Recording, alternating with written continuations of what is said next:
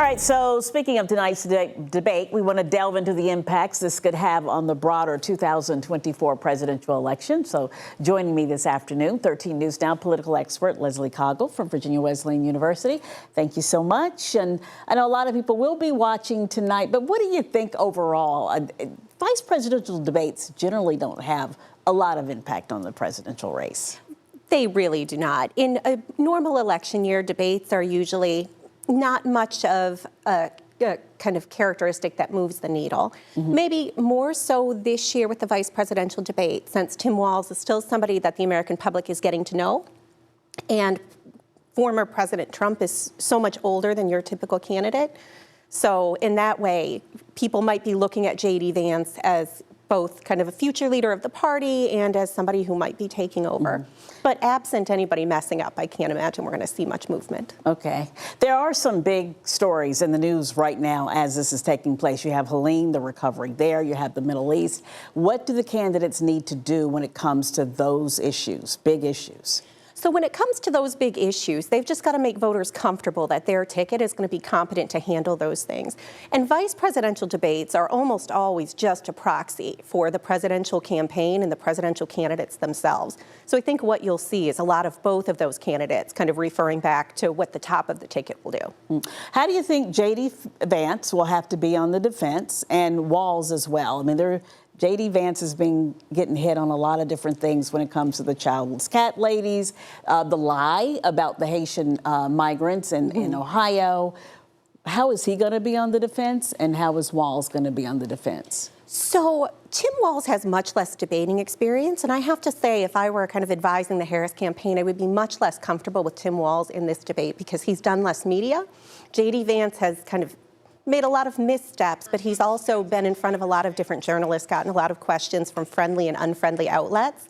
So I suspect he's ready to pivot on a lot of these questions, and he is a more experienced debater. So I would anticipate, again, they're prepared for some of those things. Tim Walz, this is a little bit newer for. So we'll see how he handles this particular situation and all the pressure that's going to come with this vice presidential debate. Do you think Tim Walz's military record will come up? I know J.D. Vance was hammering that at one point.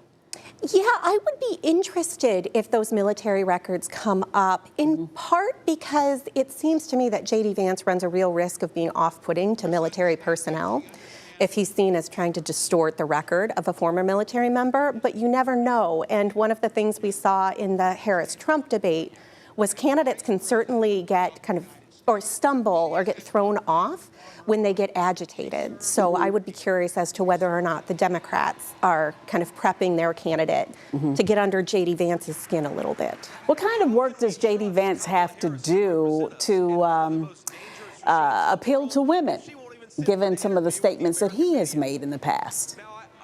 That is a loaded question. I think it's an uphill battle, really, for J.D. Vance in some ways, because when candidates are new, people's impressions of them are soft and changeable.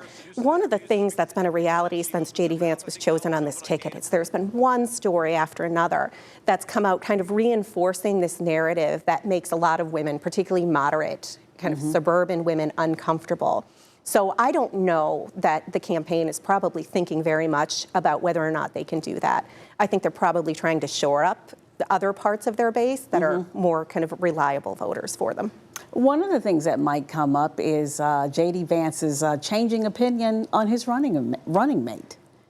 Absolutely. And this is one of those areas in which J.D. Vance, having done so much media, is probably a real benefit to him because he's really tried out a variety of different answers for why that is.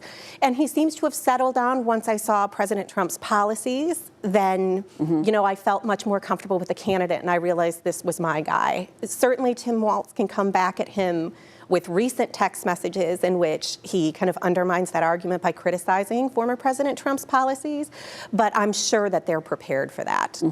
All right. Well, thank you so much. We appreciate it. We, of course, will be watching tonight. You will be able to watch tonight's debate between the vice presidential candidates, Ohio Senator J.D. Vance and Tim Walz, on 13 News Now.